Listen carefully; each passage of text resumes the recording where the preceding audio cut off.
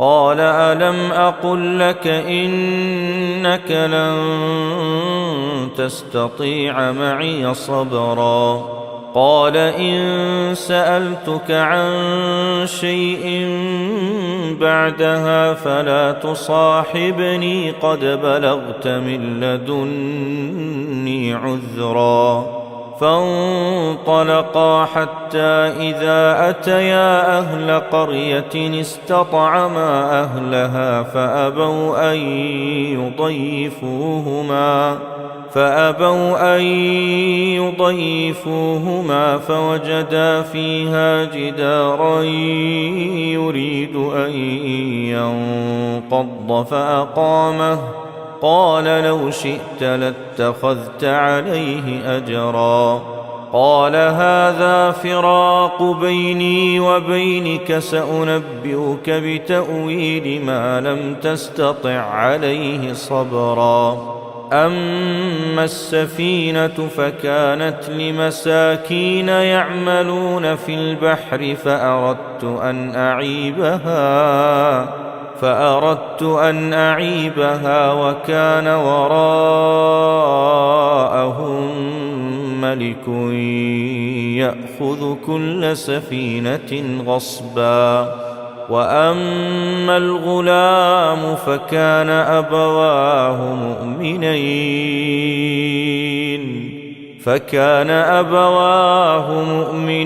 فخشينا أن يرهقهما طغيانا وكفرا فأردنا أن يبدلهما ربهما خيرا منه زكاة وأقرب رحما وأما الجدار فكان لغلامين يتيمين في المدينة وكان تحته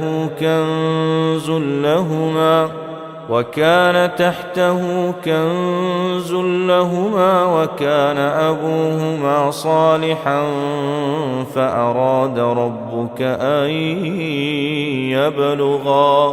فأراد ربك أن يبلغا أشدهما ويستخرجا كنزهما رحمة من ربك وما فعلته عن أمري ذلك تأويل ما لم تسطع عليه صبرا ويسألونك عن ذي القرنين قل سأتلو عليكم منه ذكرا إنا مكنا له في الأرض وآتيناه من كل شيء سببا فأتبع سببا حتى إذا بلغ مغرب الشمس وجدها تغرب في عين حمئة ووجد عندها قوما قلنا يا ذا القرنين إما أن تعذب وإما أن تتخذ فيهم حسنا قال أما من ظلم فسوف نعذبه ثم يرد إلى ربه فيعذبه عذابا نكرا وأما من آمن وعمل صالحا فله جزاء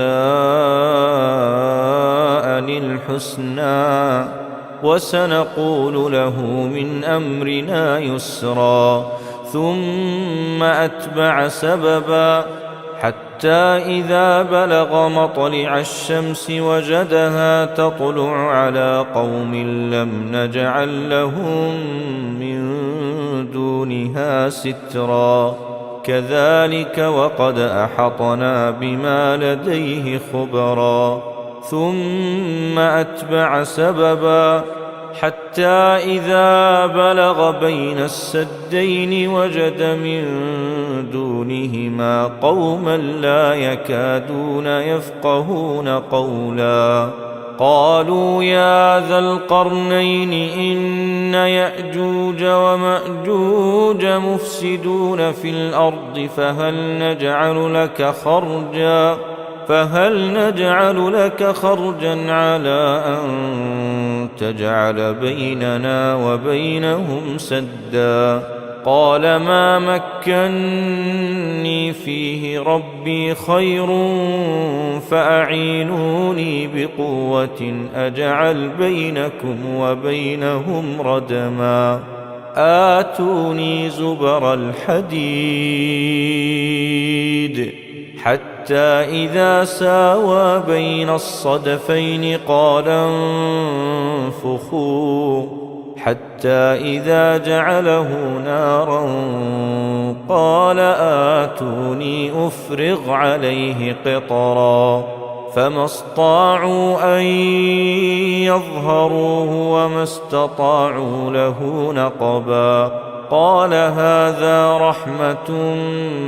من ربي فإذا جاء وعد ربي جعله دكاء وكان وعد ربي حقا وتركنا بعضهم يومئذ يموج في بعض ونفخ في الصور فجمعناهم جمعا وعرضنا جهنم يومئذ للكافرين عرضا الذين كانت أعينهم في غطاء عن ذكري وكانوا لا يستطيعون سمعا أفحسب الذين كفروا أن يتخذوا عبادي من دوني أولياء إنا أعتدنا جهنم للكافرين نزلا قل هل ننبئكم بالأخسرين أعمالا الذين ضل سعيهم في الحياة الدنيا وهم يحسبون أنهم يحسنون صنعا أولئك الذين كفروا بآيات ربهم ولقائه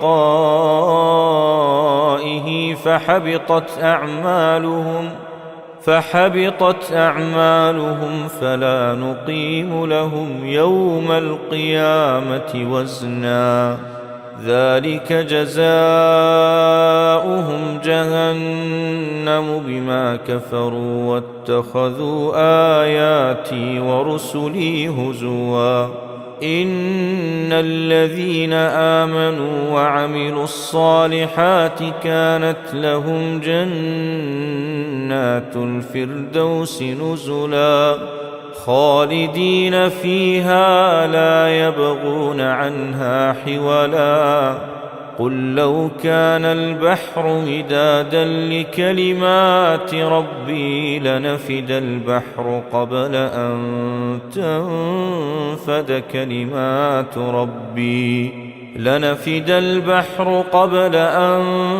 تنفد كلمات ربي ولو جئنا بمثله مددا قل إنما أنا بشر مثلكم يوحى إلي أنما إلهكم إله واحد فمن كان يرجو لقاء ربه فليعمل عملا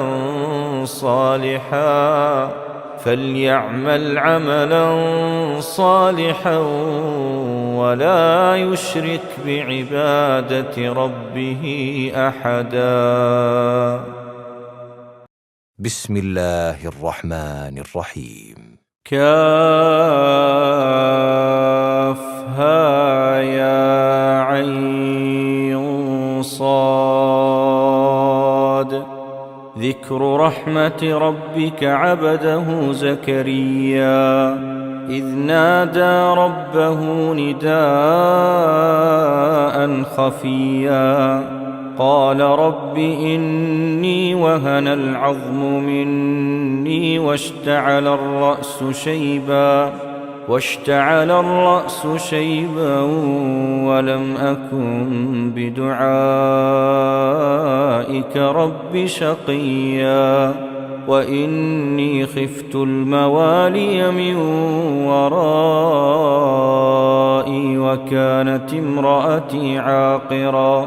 وكانت امرأتي عاقرا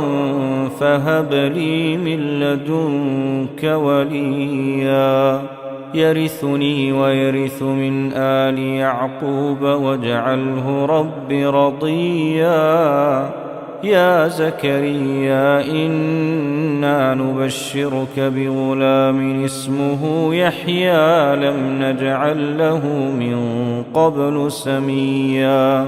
قال رب أنى يكون لي غلام وكانت امرأتي عاقرا وقد بلغت من الكبر عتيا قال كذلك قال ربك هو علي هين وقد خلقتك من قبل ولم تك شيئا قال رب اجعل لي آية قال آيتك ألا تكلم الناس 3 ليال سويا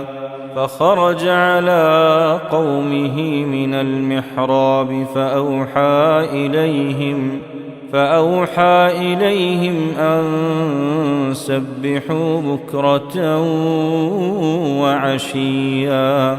يا يحيى خذ الكتاب بقوة وآتيناه الحكم صبيا وحنانا من لدنا وزكاة وكان تقيا وبرا بوالديه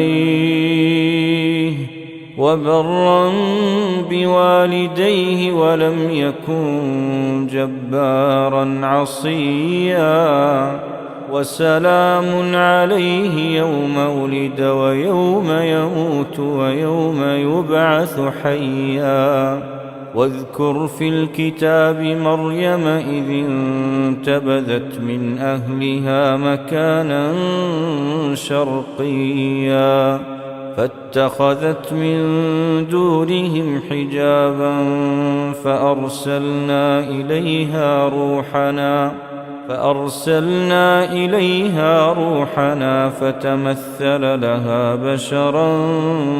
سويا قالت إني أعوذ بالرحمن منك إن كنت تقيا قال إنما أنا رسول ربك لأهب لك غلاما زكيا قالت أنى يكون لي غلام ولم يمسسني بشر ولم أك بغيا قال كذلك قال ربك هو علي هين ولنجعله آية للناس ورحمة منا وكان أمرا مقضيا فحملته فانتبذت به مكانا قصيا فأجاءها المخاض إلى جذع النخلة قالت يا ليتني مت قبل هذا وكنت نسيا منسيا فناداها من تحتها ألا تحزني قد جعل ربك تحتك سريا وهزي إليك بجذع النخلة تساقط عليك رطبا جنيا فكلي واشربي وقري عينا فإما ترين من البشر أحدا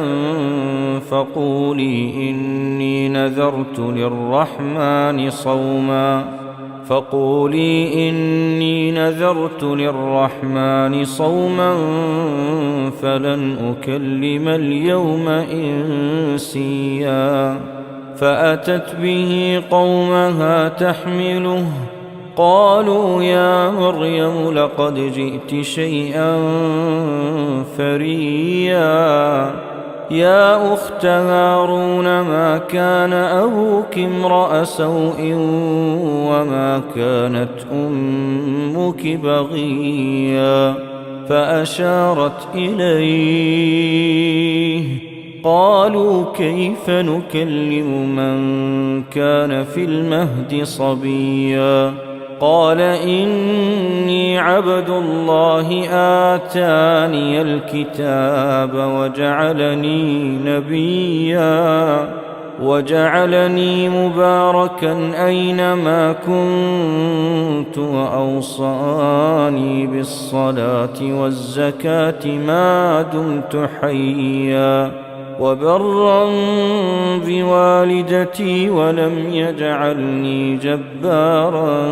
شقيا والسلام علي يوم ولدت ويوم أموت ويوم أبعث حيا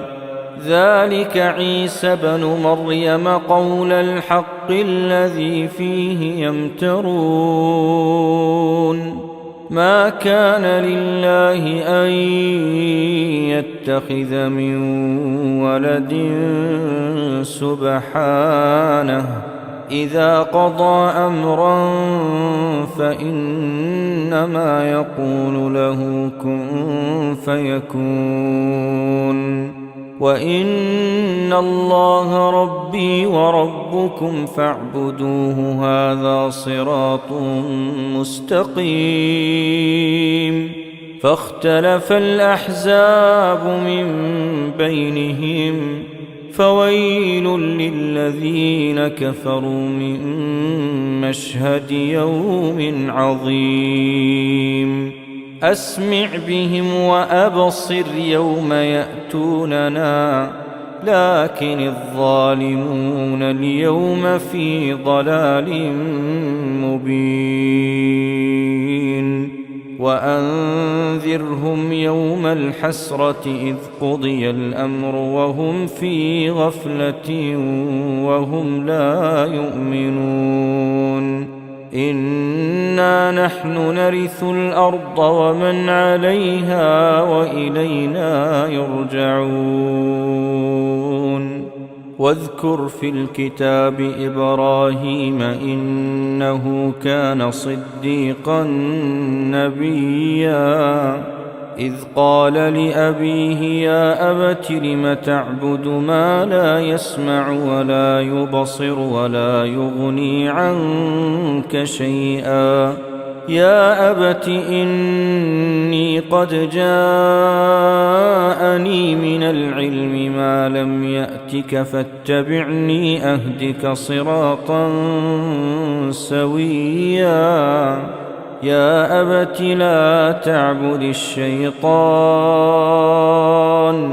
إن الشيطان كان للرحمن عصيا يا أبت إني أخاف أن يمسك عذاب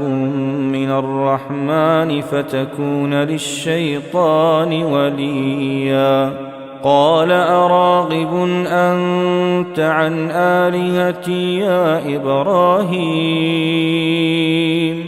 لئن لم تنته لأرجمنك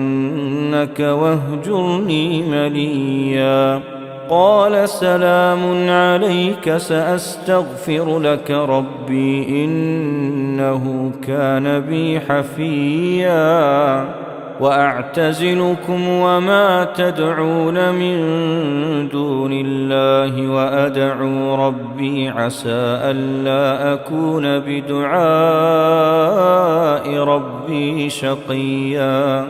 فلما اعتزلهم وما يعبدون من دون الله وهبنا له إسحاق ويعقوب وكلا جعلنا نبيا ووهبنا لهم من رحمتنا وجعلنا لهم لسان صدق عليا واذكر في الكتاب موسى إنه كان مخلصا وكان رسولا نبيا وناديناه من جانب الطور الأيمن وقربناه نجيا ووهبنا له من رحمتنا أخاه هارون نبيا واذكر في الكتاب إسماعيل إنه كان صادق الوعد وكان رسولا نبيا وكان يأمر أهله بالصلاة والزكاة وكان عند ربه مرضيا واذكر في الكتاب إدريس إنه كان صديقا نبيا ورفعناه مكانا عليا أولئك الذين أنعم الله عليهم من النبيين من ذرية آدم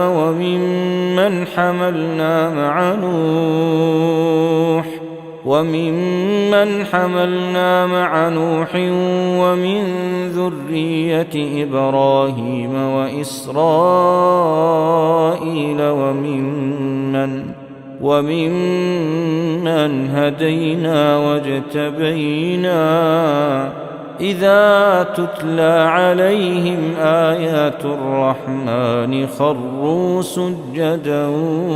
وبكيا فخلف من بعدهم خلف أضاعوا الصلاة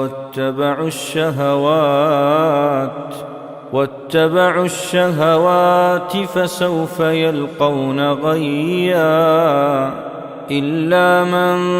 تاب وآمن وعمل صالحا فأولئك يدخلون الجنة ولا يظلمون شيئا جنات عدن التي وعد الرحمن عباده بالغيب إنه كان وعده مأتيا لا يسمعون فيها لغوا إلا سلاما ولهم رزقهم فيها بكرة وعشيا تلك الجنة التي نورث من عبادنا من كان تقيا وما نتنزل إلا بأمر ربك له ما بين أيدينا وما خلفنا وما بين ذلك وما كان ربك نسيا رب السماوات والأرض وما بينهما فاعبده واصطبر لعبادته هل تعلم له سميا ويقول الإنسان أإذا ما مت لسوف أخرج حيا أولا يذكر الإنسان أنا خلقناه من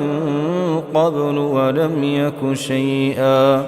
فوربك لنحشرنهم والشياطين فوربك لنحشرنهم والشياطين ثم لنحضرنهم حول جهنم جثيا ثم لننزعن من كل شيعة أيهم أشد على الرحمن عتيا ثم لنحن أعلم بالذين هم أولى بها صليا وإن منكم إلا واردها كان على ربك حتما مقضيا ثم ننجي الذين اتقوا ونذر الظالمين فيها جثيا وإذا تتلى عليهم آياتنا بينات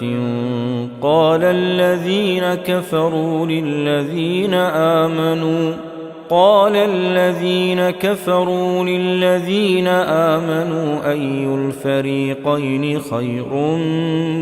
مقاما وأحسن نديا وكم أهلكنا قبلهم من قرن هم أحسن أثاثا ورئيا قل من كان في الضلالة فليمدد له الرحمن مدا حتى إذا رأوا ما يوعدون إما العذاب وإما الساعة فسيعلمون من هو شر مكانا وأضعف جندا ويزيد الله الذين اهتدوا هدى والباقيات الصالحات خير عند ربك ثوابا وخير مردا أفرأيت الذي كفر بآياتنا وقال لأوتين مالا وولدا أطلع الغيب أم اتخذ عند الرحمن عهدا كلا سنكتب ما يقول ونمد له من العذاب مدا ونرثه ما يقول ويأتينا فردا واتخذوا من دون الله آلهة ليكونوا لهم عزا كلا سيكفرون بعبادتهم ويكونون عليهم ضدا ألم تر أنا أرسلنا الشياطين على الكافرين تؤزهم أزا فلا تعجل عليهم إنما نعد لهم عدا يوم نحشر المتقين إلى الرحمن وفدا ونسوق المجرمين إلى جهنم وردا لا يملكون الشفاعة إلا من اتخذ عند الرحمن عهدا وقالوا اتخذ الرحمن ولدا لقد جئتم شيئا إدا تكاد السماوات يتفطرن منه وتنشق الأرض وتخر الجبال هدا أن دعوا للرحمن ولدا وما ينبغي للرحمن أن يتخذ ولدا إن كل من في السماوات والأرض إلا آتي الرحمن عبدا لقد أحصاهم وعدهم عدا وكلهم آتيه يوم القيامة فردا إن الذين آمنوا وعملوا الصالحات سيجعل لهم الرحمن ودا فإنما يسرناه بلسانك لتبشر به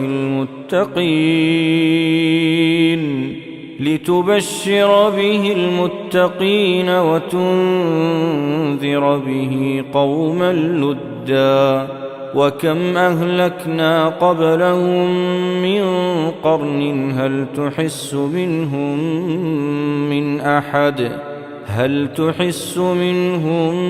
من أحد أو تسمع لهم ركزا. بسم الله الرحمن الرحيم. طه ما أنزلنا عليك القرآن لتشقى إلا تذكرة لمن يخشى تنزيلا ممن خلق الأرض والسماوات العلا الرحمن على العرش استوى له ما في السماوات وما في الأرض وما بينهما وما تحت الثرى وإن تجهر بالقول فإنه يعلم السر وأخفى الله لا إله إلا هو له الأسماء الحسنى. وهل أتاك حديث موسى إذ رأى نارا فقال لأهلهم كثوا إني آنست نارا لعلي آتيكم منها بقبس أو أجد على النار هدى فلما أتاها نودي يا موسى إني أنا ربك فاخلع نعليك إنك بالوادي المقدس طوى وأنا اخترتك فاستمع لما يوحى إنني أنا الله لا إله إلا أنا فاعبدني وأقم الصلاة لذكري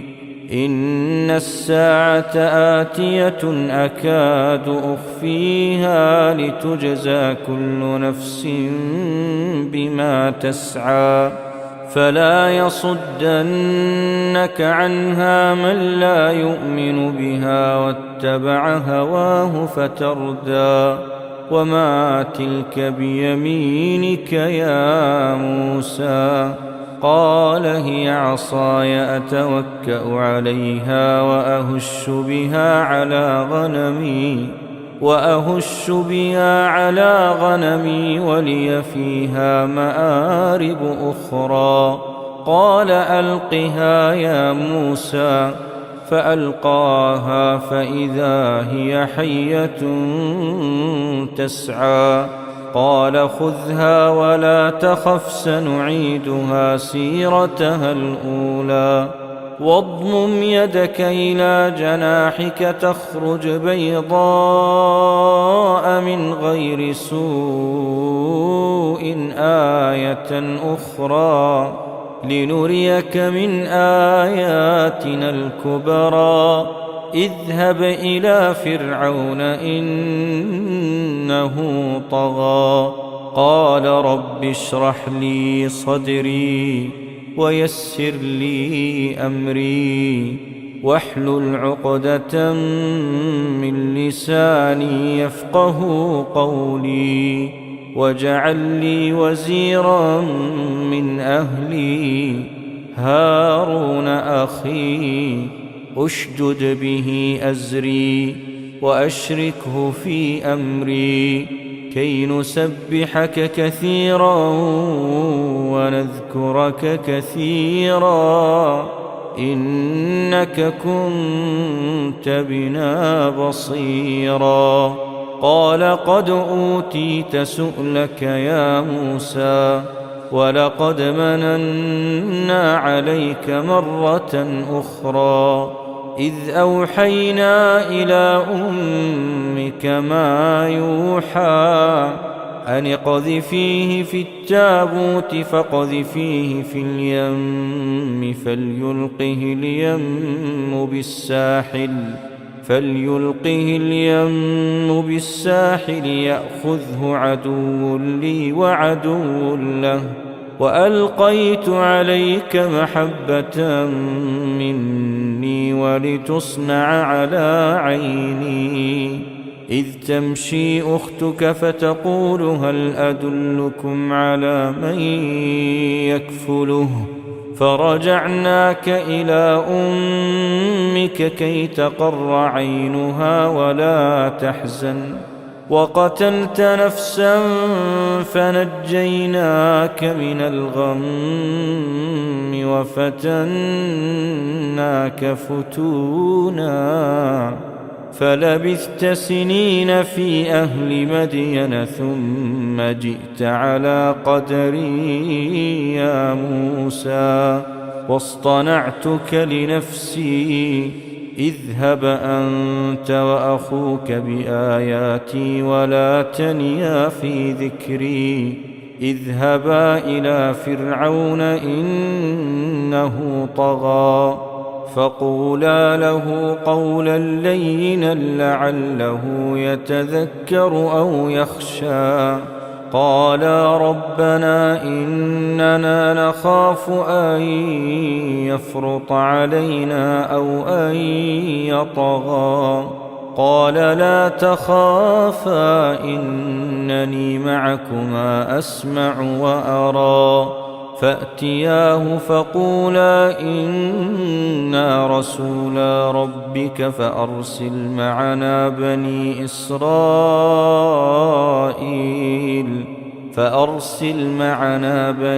إسرائيل ولا تعذبهم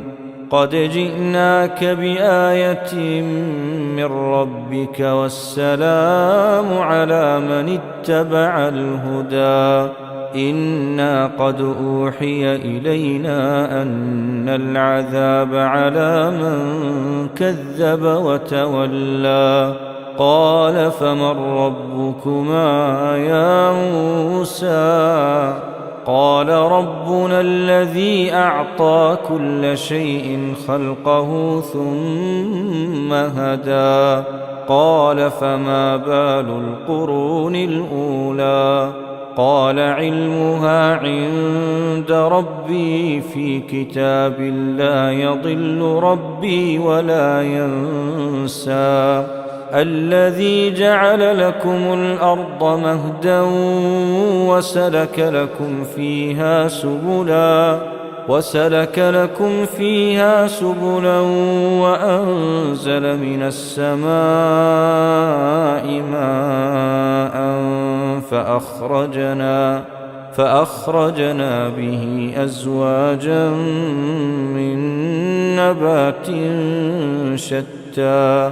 كلوا وارعوا أنعامكم إن في ذلك لآيات لأولي النهى منها خلقناكم وفيها نعيدكم ومنها نخرجكم تارة أخرى ولقد أريناه آياتنا كلها فكذب وأبى قال أجئتنا لتخرجنا من أرضنا بسحرك يا موسى فلنأتينك بسحر مثله فاجعل بيننا وبينك موعدا لا نخلفه نحن ولا أنت مكانا سوى قال موعدكم يوم الزينة وأن يحشر الناس ضحى فتولى فرعون فجمع كيده ثم أتى قال لهم موسى ويلكم لا تفتروا على الله كذبا فيسحتكم بعذاب وقد خاب من افترى. فتنازعوا أمرهم بينهم وأسروا النجوى قالوا إن هذان لساحران يريدان أن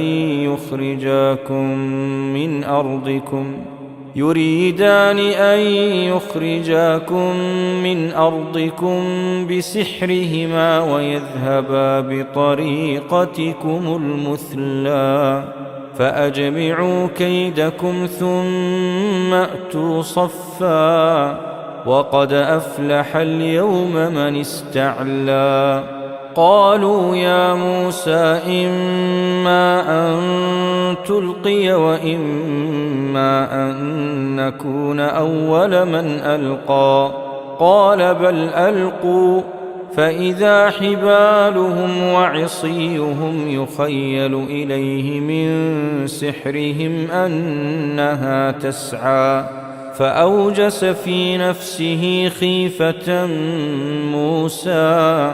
قلنا لا تخف إنك أنت الأعلى وألق ما في يمينك تلقف ما صنعوا إنما صنعوا كيد ساحر ولا يفلح الساحر حيث أتى. فألقي السحرة سجدا قالوا آمنا برب هارون وموسى قال آمنتم له قبل أن آذن لكم إنه لكبيركم الذي علمكم السحر فلأقطعن أيديكم وأرجلكم من خلاف ولأصلبنكم في جذوع النخل ولتعلمن أينا أشد عذابا وأبقى. قالوا لن نؤثرك على ما جاءنا من البينات والذي فطرنا فاقض ما أنت قاض إنما تقضي هذه الحياة الدنيا إنا آمنا بربنا ليغفر لنا خطايانا وما أكرهتنا عليه من السحر والله خير وأبقى. إنه من يأت ربه مجرما فإن له جهنم لا يموت فيها ولا يحيا ومن يأته مؤمنا قد عمل الصالحات فأولئك لهم الدرجات العلى. جنات عدن تجري من تحتها الأنهار خالدين فيها وذلك جزاء من تزكى. ولقد أوحينا إلى موسى أن أسر بعبادي فاضرب لهم طريقا في البحر يبسا لا تخاف دركا ولا تخشى. فأتبعهم فرعون بجنوده فغشيهم من اليم ما غشيهم وأضل فرعون قومه وما هدى. يا بني إسرائيل قد أنجيناكم من عدوكم وواعدناكم جانب الطور الأيمن ونزلنا عليكم المن والسلوى. كلوا من طيبات ما رزقناكم ولا تطغوا فيه فيحل عليكم غضبي ومن يحلل عليه غضبي فقد هوى وإني لغفار لمن تاب وآمن وعمل صالحا ثم اهتدى وما أعجلك عن قومك يا موسى قال هم أولئك على أثري وعجلت إليك رب لترضى قال فإنا قد فتنا قومك من بعدك وأضلهم السامري فرجع موسى إلى قومه غضبان أسفا قال يا قوم ألم يعدكم ربكم وعدا حسنا أفطال عليكم العهد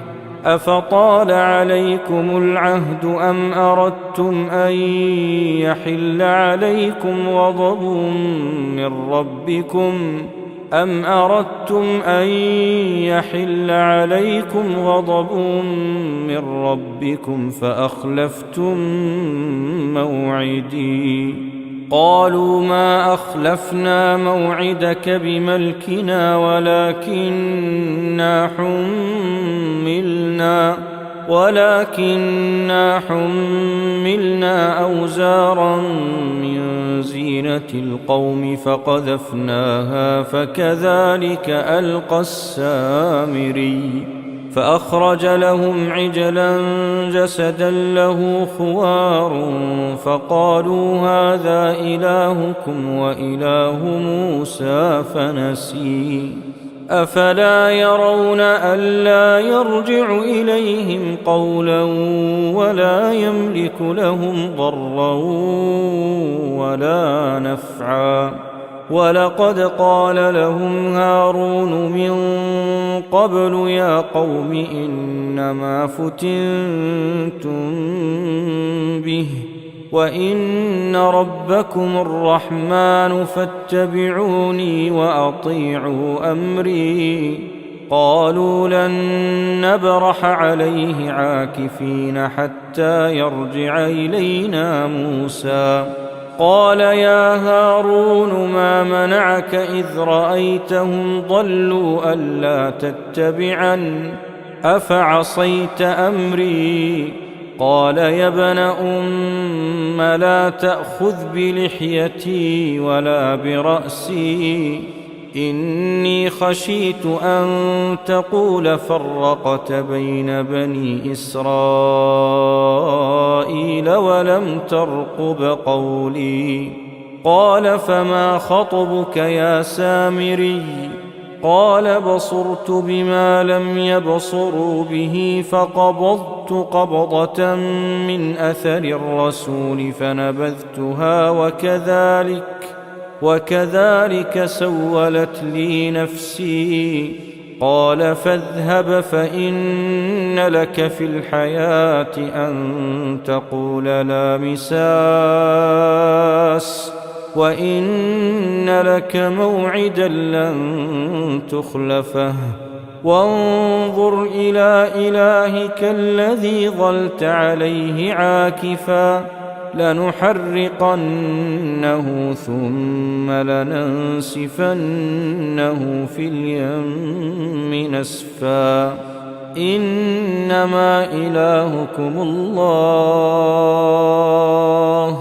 إنما إلهكم الله الذي لا إله إلا هو وسع كل شيء علما كذلك نقص عليك من أنباء ما قد سبق وقد آتيناك من لدنا ذكرا من أعرض عنه فإنه يحمل يوم القيامة وزرا خالدين فيه وساء لهم يوم القيامة حملا يوم ينفخ في الصور ونحشر المجرمين يومئذ زرقا يتخافتون بينهم إن لبثتم إلا عشرا نحن أعلم بما يقولون إذ يقول أمثلهم طريقة إن لبثتم إلا يوما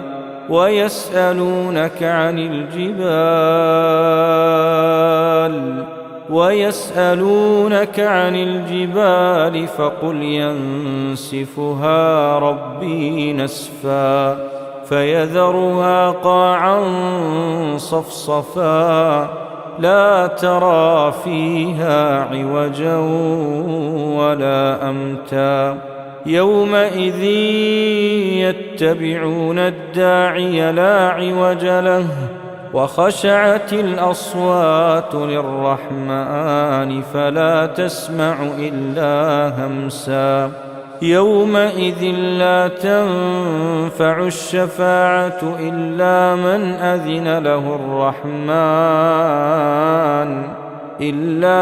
أذن له الرحمن ورضي له قولا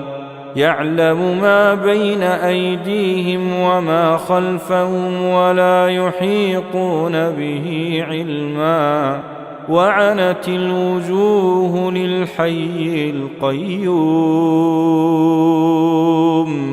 وقد خاب من حمل ظلما ومن يعمل من الصالحات وهو مؤمن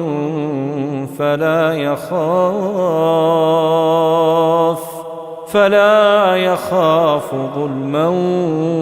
ولا هضما وكذلك أنزلناه قرآنا عربيا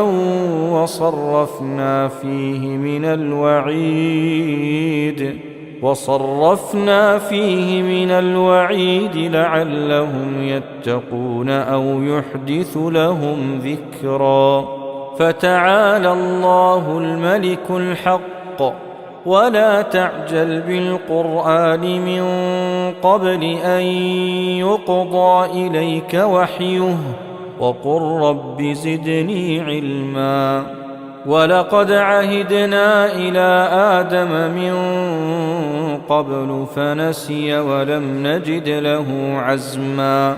وإذ قلنا للملائكة اسجدوا لآدم فسجدوا إلا إبليس أبى فقلنا يا آدم إن هذا عدو لك ولزوجك فلا يخرجنكما من الجنة فتشقى إن لك ألا تجوع فيها ولا تعرى وأنك لا تظمأ فيها ولا تضحى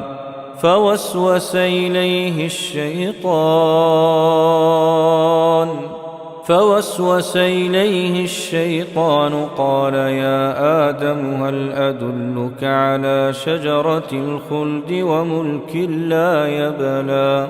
فأكلا منها فبدت لهما سوآتهما وطفقا يخصفان عليهما من ورق الجنة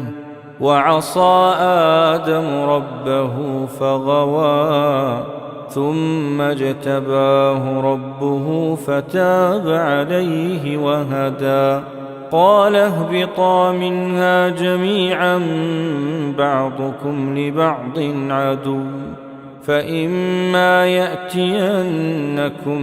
مني هدى فمن اتبع هداي فلا يضل ولا يشقى ومن أعرض عن ذكري فإن له